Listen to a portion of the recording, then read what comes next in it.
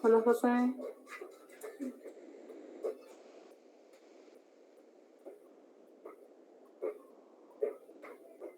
Yo creo que hoy sí me funciona el audio.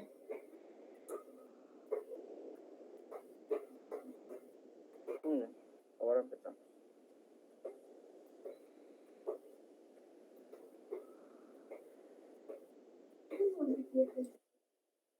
La sesión de hoy es relativamente corta, pero es complemento de la de ayer. Entonces, vale. Muy bien, estamos en nuestra segunda sesión del tema de escrituras. Vamos a recordar un poco la sesión anterior y luego ya pues vamos a avanzar con lo que corresponde a esta sesión.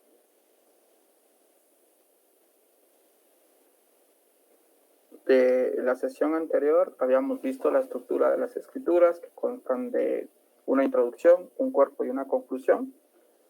Trabajamos la parte del encabezamiento. El encabezamiento dijimos que llevaba número de documento o número de escritura, llevaba anotado ciudad y departamento, la fecha, lleva luego la palabra ante mí, el nombre del notario y la palabra comparece.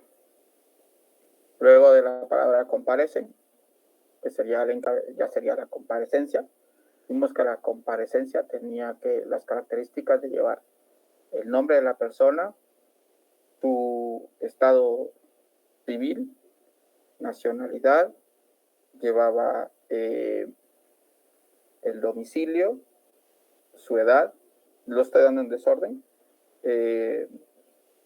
y luego de decir su nacionalidad, ya iba que eso era la parte de el numeral, el inciso segundo del artículo 29, luego ya iba el documento de identificación.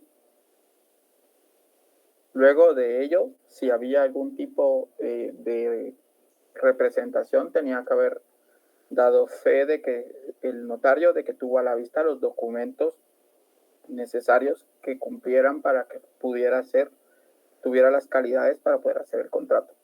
Y de último, el objeto, que el objeto dijimos que se redactaba en función de qué contrato se está haciendo en el caso de los contratos. De esto vamos a ver hoy los antecedentes y luego ya vamos a pasar en la siguiente sesión a hablar de las estipulaciones, el sanamiento y las conducciones, para pasar a la aceptación y de último ya ver el cierre, otorgamiento, consentimiento, que se divide en la ratificación y firma y la autorización. Ya esto último lo vamos a ver ya con ejemplo de algunos textos para que sea ya como más sencillo, de ejemplos que nos hayan compartido en otras clases como documentos de apoyo o cosas como esas. Bueno, recordando una definición de lo que es la introducción. Entonces, pues como toda introducción, pues da un inicio, en este caso a una escritura, y se divide, como lo habíamos dicho antes, principalmente en encabezamiento y comparecencia, aunque vimos que está el objeto y está el dar fe. El encabezamiento es la parte inicial de toda la escritura y es la más pequeña de sus elementos.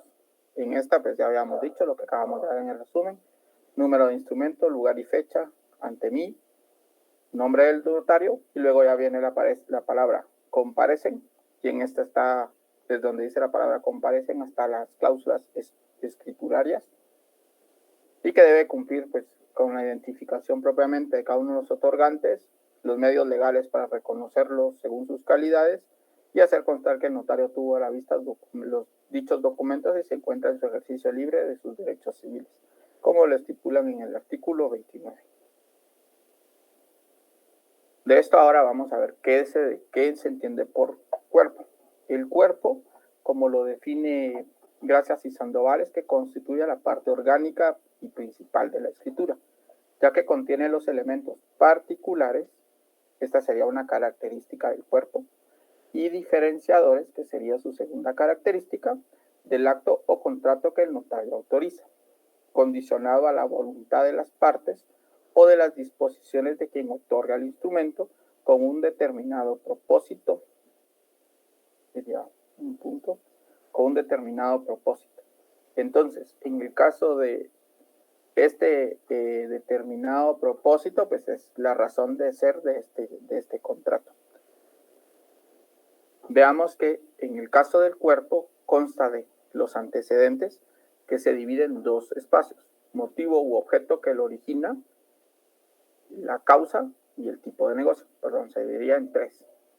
El motivo o objeto es como decir, como en la parte inicial de la razón de ser de esto, junto con la causa.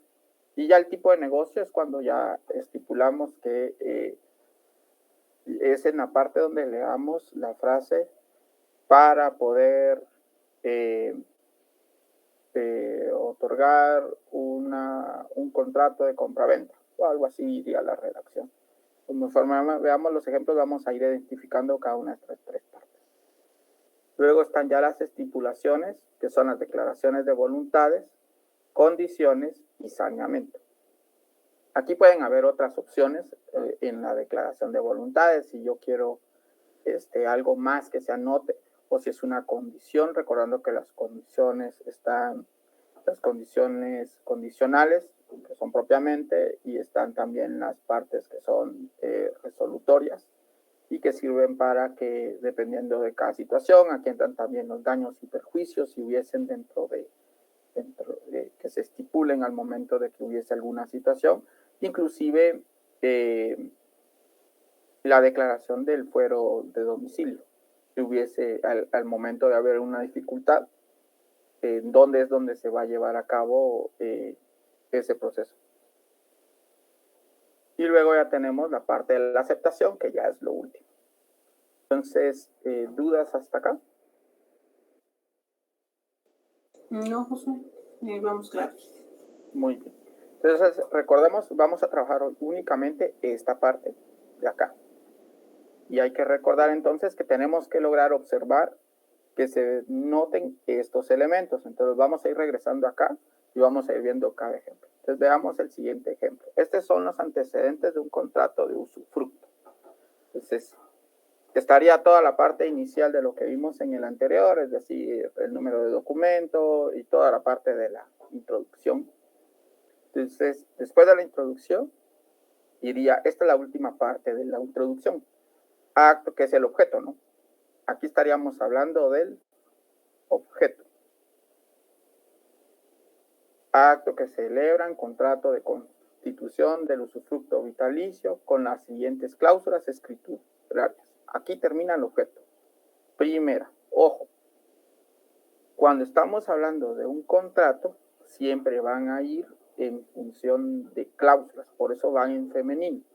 Primera, segunda, tercera, cuarta, quinta, sexta, séptima, octava. O sea, terminan en A. Si estuviésemos hablando, por ejemplo, de otro tipo de instrumento, ahí ya podría ir primero, segundo, tercero, porque ya no son cláusulas. Muy bien. Recomiendan, según algunos teóricos y lo que han dicho algunos de los catedráticos que nos han dado clase, que es recomendable hacer estas anotaciones como para darle cierta claridad y estructura al documento cuando lo lea alguien más. Entonces veamos que los antecedentes en este caso está conformado por dos cláusulas. Cláusula primera y la cláusula segunda. Antecedentes. Manifiesta el señor Rodolfo Armando Falcón Alarcón, que es propietario del inmueble identificado como. Acá recomiendan, de lo que hemos recibido, que no es recomendable anotar que es legítimo propietario, porque se sobreentiende que si es propietario, pues va a ser legítimo, ¿no? Porque si no, no pudiera actuar. O sea, es como una redundancia estar anotando legítimo propietario. Del inmueble identificado con, aquí se anota la dirección, para este caso en particular, y veamos que da la ciudad y departamento, inscrito en el registro general de la propiedad central como, y todo lo que tenga que ver con bienes inmuebles tiene que tener finca, folio y libro. Eso es como lo primero básico que va a tener. Lo otro que debe tener cuando estamos hablando de un bien inmueble es dónde está inscrito. Solo podemos, en este caso, puede estar inscrito en el Registro General de la Propiedad Central o en el caso del otro, que es el de Quetzaltenango, son los únicos dos que recuerdo yo que. Entonces, esa es la otra situación que va a aparecer siempre. Luego de ello, ya se estipula, después de haber descrito la finca, el folio y el libro, estaríamos hablando que estos son 3 elementos básicos que debe tener junto con dónde está registrado. Luego está en la ciudad, en este caso en el departamento de Guatemala, con el área, medidas y colindancias que le aparecen en el respectivo inscripción registral. Esto nos permite, en cierto modo, dadas las circunstancias de que no vamos a hacer este es un usufructo, nos da cierta facilidad de no anotar el resto de datos, porque por eso estamos dando, es con base a lo que aparece en la inscripción registral. Lo ideal acá es que no solo se pida, que son recomendaciones que hacen, es que no solo se haga una consulta electrónica, sino también se pide una certificación de ambos registros, por aquello de que se haya hecho alguna modificación en un registro o en otro. Entonces recomiendan mejor hacerlo en ambos registros. Luego sigue, y por advertencia el notario declara que se encuentra libre de anotaciones, gravámenes y limitaciones que pueden afectar su libre disponibilidad. Este pedazo de acá, esto no necesariamente va en este punto porque esto ya es parte del saneamiento, pero puede quedar ahí como una situación donde lo que está haciendo ver acá es que él asegura que no tienen ninguna de estas situaciones, pero igual hay que estar seguros antes de hacerlo. Y la segunda parte se continúa manifestando el señor Rodolfo Armando Falcón Alarcón, que por el presente instrumento constituye, y aquí está donde ya estamos hablando de la tercera parte. Entonces, identifiquémoslo según esto. Motivo o objeto que lo origina. El motivo o objeto que lo origina sería en este caso la constitución de un usufructo para mí. Luego tendríamos que la causa estaría que el señor, acá viene descrito que él es el propietario del inmueble, y luego ya tendríamos que el tipo de negocio jurídico que él va a hacer está aquí, un usufructo vitalicio. Y luego ya aparece el valor de estimado de lo que él considera que va a dar el usufructo. Entonces acá estarían los antecedentes, en todo esto acá, los antecedentes y la causa, y aquí en esta última partecita, a partir de la cláusula segunda, tendríamos lo que se estipularía de aquí para acá, vendría siendo el tipo de negocio jurídico que vamos a trabajar. Estos dos puntos deben de aparecer para tener completos la parte de antecedentes, pero es que aquí no tiene subtítulo como tal, porque hasta aquí para acá estaríamos hablando de los antecedentes. Estas son las causas o lo que origina el contrato, y este es el tipo de negocio jurídico del que estamos hablando. De aquí para acá estaríamos hablando, toda esta parte de acá, estaríamos hablando de las causas o lo que es antes de poder llegar a la parte de qué es lo que se quiere hacer. ¿Dudas? No, José, hasta ahora voy claro. Digamos entonces. Ahora vamos a ver un contrato de servidumbre y vamos a ver si existe alguna diferencia. Entonces veamos. Acto que celebran del contrato de constitución de servidumbre de paso por 5 años. En este caso estaríamos hablando que este es el objeto otra vez. El objeto del contrato. Y empezamos con sus antecedentes.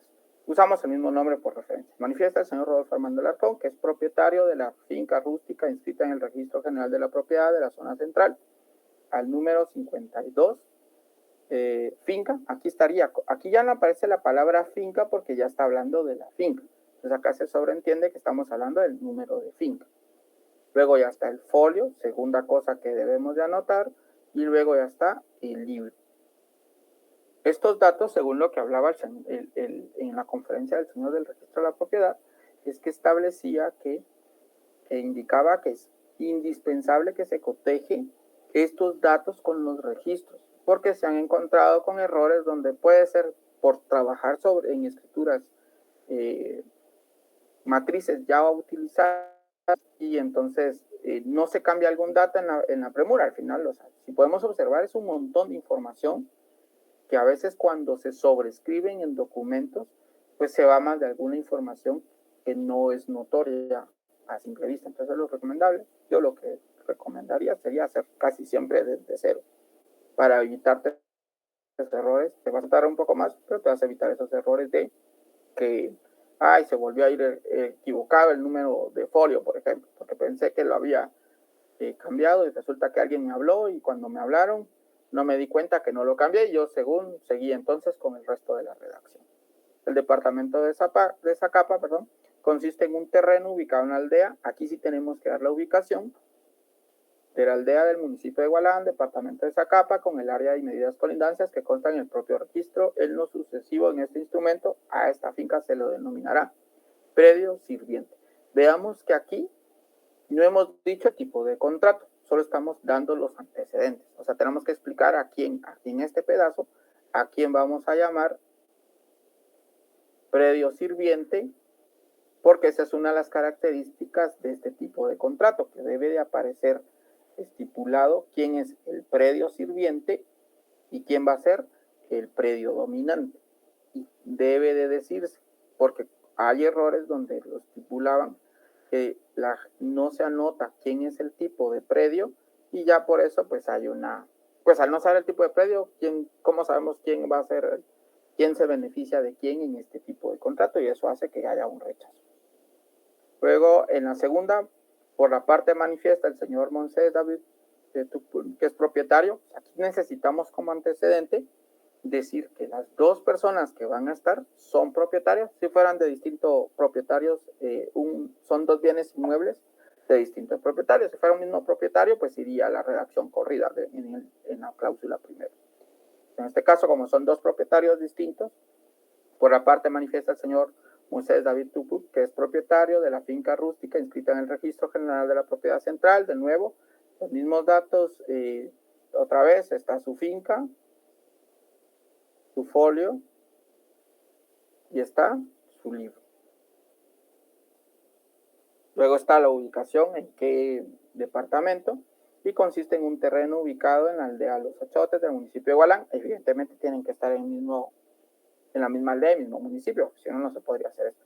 Departamento de Zacapa, con el área de medidas y colindancias que constan en el propio registro de lo sucesivo.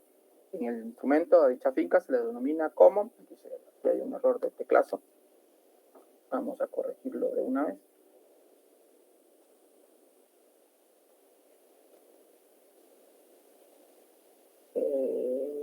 Por ejemplo, esos errores son los errores que se van y que no se ven hasta que ya está impreso, por ejemplo.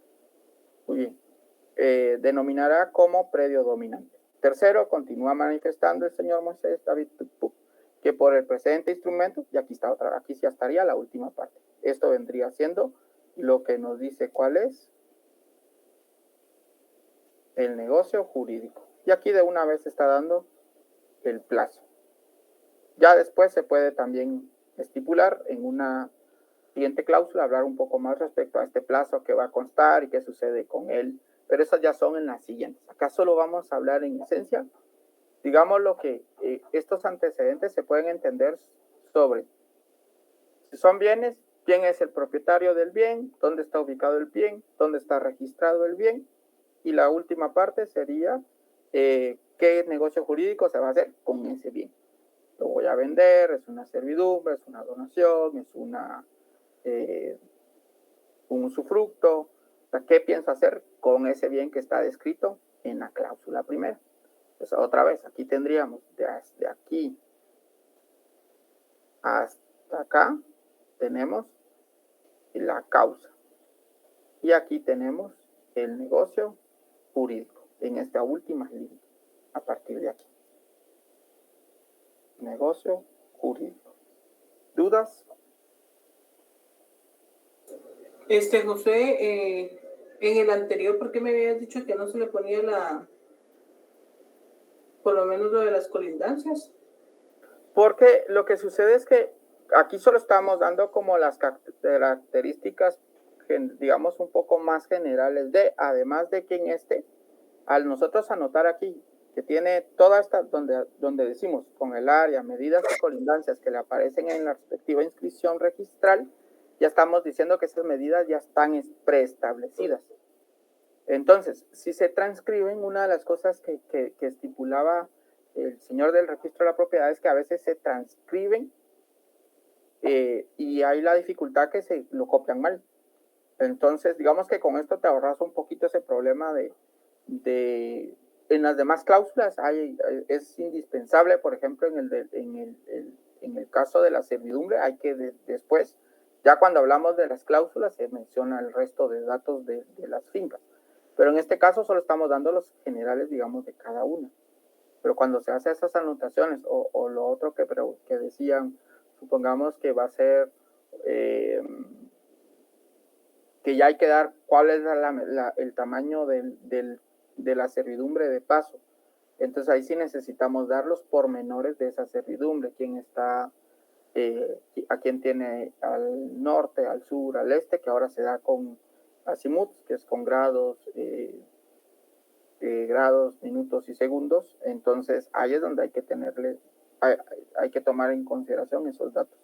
En la mayoría de ejemplos que encontré hasta después aparecía ese dato si se anota aquí, pues realmente creo que no genera mayor complicación, pero con esto ya queda como bien definido a qué bien inmueble nos estamos refiriendo. Está bien, José, gracias. Sigamos. Ahora veamos uno de promesa. Otra vez, este es el objeto.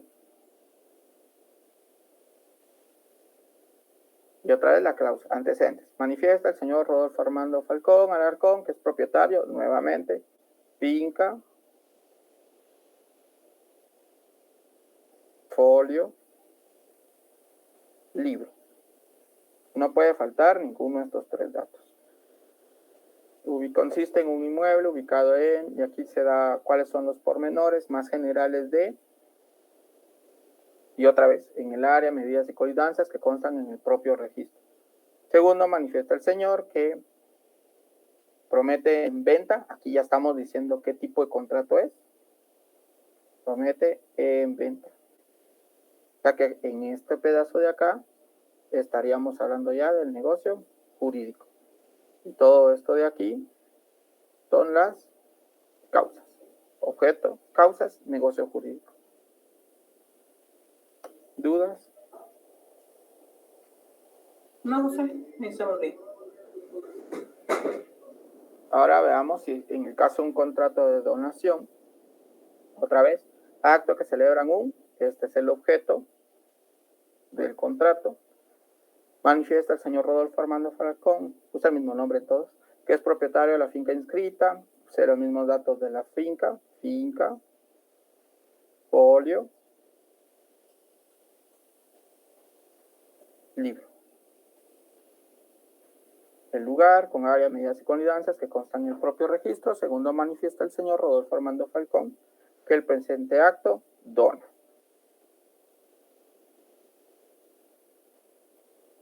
Entonces aquí estaríamos hablando que a partir de aquí aparece el negocio jurídico y de aquí para acá tendríamos las causas. Repasemos entonces antes de seguir.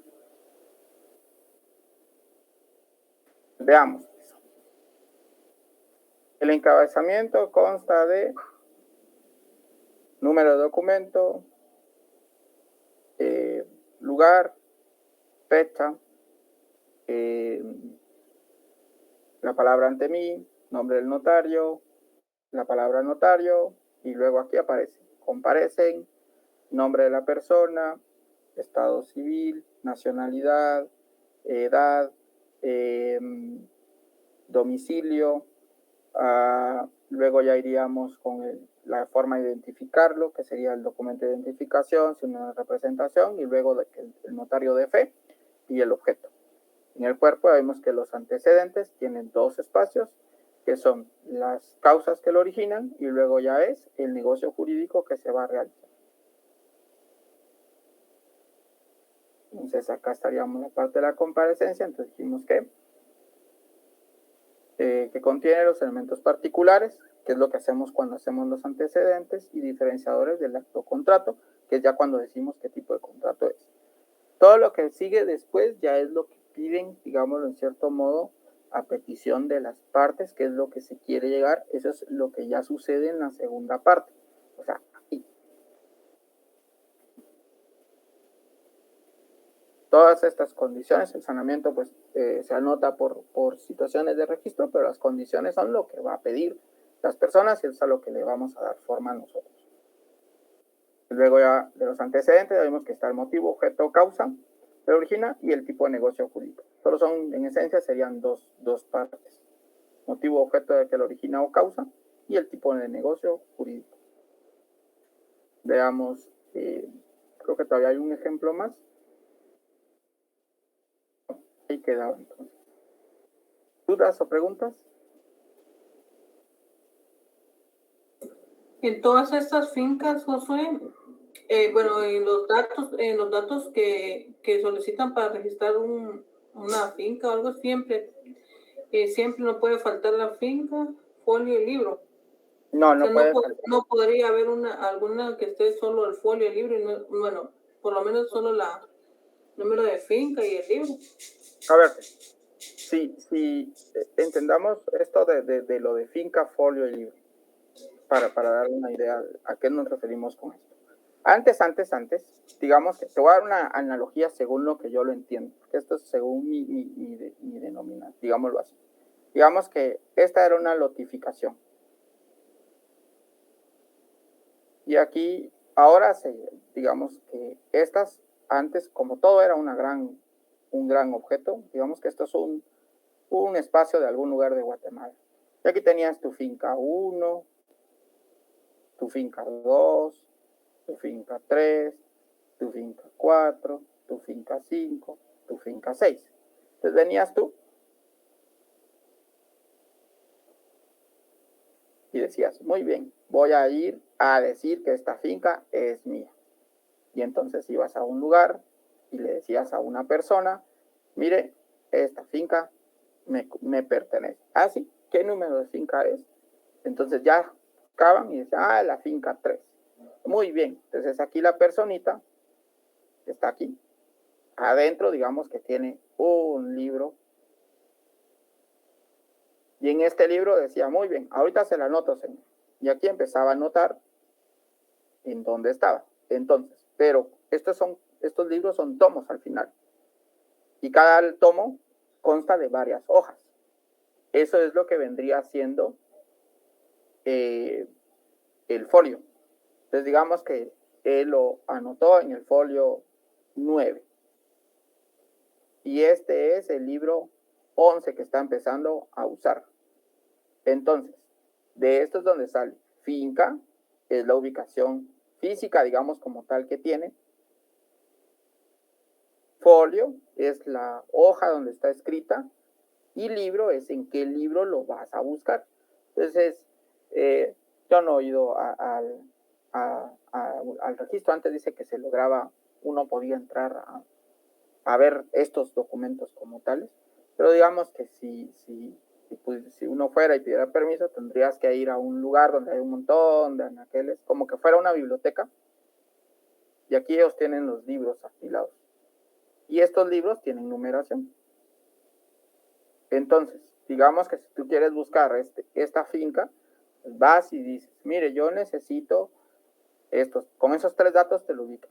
Yo necesito, ahí empiezas al revés. Fíjese que yo necesito buscar la finca que está en el folio, en el libro 2289. Ah, sí, busco el libro 2289 y lo traigo. Muy bien, ya encontré el libro 1289 y lo abro. Ah, pero ahora me voy al siguiente dato. El folio es en el folio 74. Entonces cambio las hojas y voy a llegar al folio número 74. Y en el folio número 74 ya busco si aparece esta finca, que es la finca número 52, anotada aquí. Por eso son necesarios esos 3 datos, porque son los 3 datos que te dan la ubicación. Ahora, los otros datos de lo de la CIMUD y las medidas de colindancia, el área, medidas de colindancia, te sirven más para saber cómo es el terreno en físico, como tal. O sea, por ejemplo, que dijeras, bueno, mi casa tiene un área de 80 metros cuadrados, por ejemplo. Muy bien. Te da una idea de cómo es la casa. Pero ¿en dónde está ubicada? Entonces, como la ubicación se da por medio de GPS, entonces eso es lo que da esos datos de ángulos, grados y demás. Por ejemplo, ya cuando tú buscas en Google Maps, cuando tú haces una búsqueda de un lugar, Google Maps lo que te da son coordenadas, porque es la mejor manera de ubicar un lugar. Se supone que quieres buscar Universidad de San Carlos, derecho, y lo buscas en Google Maps.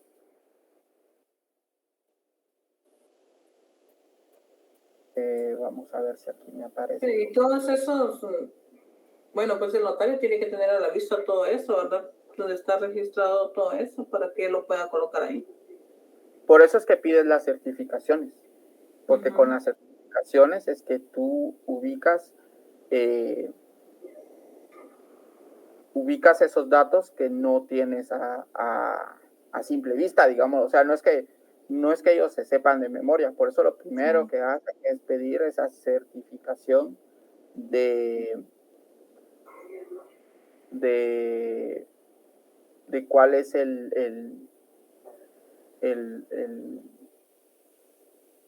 la certificación del bien inmueble, porque de ahí es donde sacas ese dato de cuál es la finca, cuál es el folio, cuál es el número del libro, para poder hacerlo. Por lo general siempre ellos, o sea, se lleva un registro de eso para poder ubicarlo. O sea, siempre hay como un precedente donde puedas sacar esa información y lo que vas es a rectificarlo antes de hacer el tuyo. O sea, suponte que yo llego y te doy unas escrituras mías. Te digo, mire, fíjese que yo quiero hacer una venta de esta casa y aquí tengo unas escrituras. Entonces lo que haces tú es que anotas los datos de esas escrituras y vas y buscas que sean esos datos reales, que no haya habido alguna modificación como tal, y esa es con la que tú redactas. Pero el que ya redactó antes hizo ese proceso antes y así sucesivamente hasta que llegó el primero que hizo ese primer dato. Gracias, José. Claro. Muy bien. Bueno, entonces este iba a ser un poco corto en lo que íbamos a discutirlo. Entonces, ahora lo que queda es hacer elaborar ahora el encabezado y los antecedentes de un contrato de arrendamiento de un bien inmueble, y elaborar el encabezado y los antecedentes de un contrato de fusión por absorción de 2 sociedades anónimas. No, como todavía no hemos visto las cláusulas, realmente no hay, o sea, en esencia no hay, en los antecedentes hay cosas particulares dependiendo de cada contrato, pero no hay como todavía mucho que decir respecto a, porque no hemos llegado a la parte de las cláusulas. Donde están las cláusulas es donde empieza a haber mucha diferenciación, en el sentido de que depende del contrato, pues así son las cláusulas que vas a poner. Por ejemplo, si es un contrato de donación,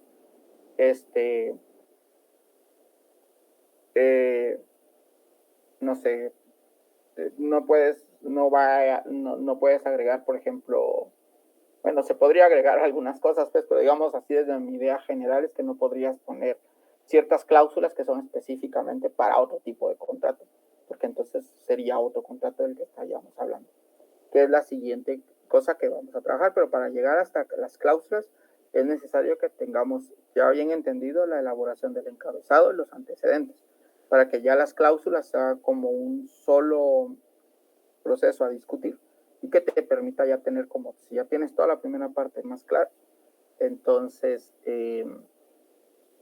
con eso ya te queda la idea como más clara, porque ya la última parte, que ya es el cierre, ese sí es como más parecido todavía en todos los contratos, porque lo establece la misma ley de cómo debieras de hacerlo. Digamos que lo más diferencial en cada uno son, en general, el encabezado son muy parecidos, o sea, varía más o menos lo que vimos en la sesión anterior. Si hay representaciones, si es con testigos, si hay un intérprete que interviene. La parte de los antecedentes va a depender mucho del tipo de contrato, pero en general tienen una estructura muy parecida. Las cláusulas sí ya son variables de acuerdo al contrato, y de ahí otra vez el cierre se vuelve tipo el encabezado. Son como muy parecidos esos pedazos, o sea que el inicio son muy parecidos.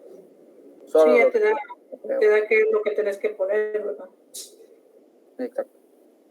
Ah, ok. Entonces voy a copiar esto de una vez. Ahí está.